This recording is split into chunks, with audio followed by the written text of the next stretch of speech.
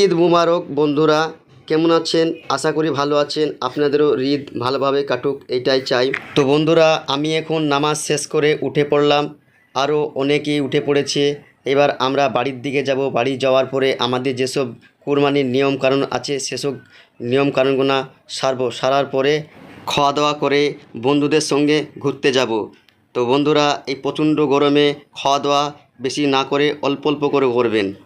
আর আমি আর আমার ছেলে দুজনে একসঙ্গে নামাজ পড়ে বাড়ি যাচ্ছি। দেখতে পাচ্ছেন আমার এই ছেলে সাইডে আছে, দেখতে পাচ্ছেন ওই যে। তো গরমের জন্য আমার বেটা খুব ক্লান্ত হয়ে পড়েছে, তাই এদিকে বাড়ি এসে ফ্যান চালু করে দিয়ে বসে পড়েছে। তো বন্ধুরা, আপনারা এই কুরবানির দিনে সকলে রাস্তাঘাটে চলাফেরা করবেন গাড়ি নিয়ে, নিজের দায়িত্ব অনুযায়ী গাড়ি চালাবেন। বেবাড়া করে রাস্তাঘাটে গাড়ি চালাবেন না, যাতে কারো ক্ষতি না হয়। ভালো থাকবেন, সুস্থ থাকবেন।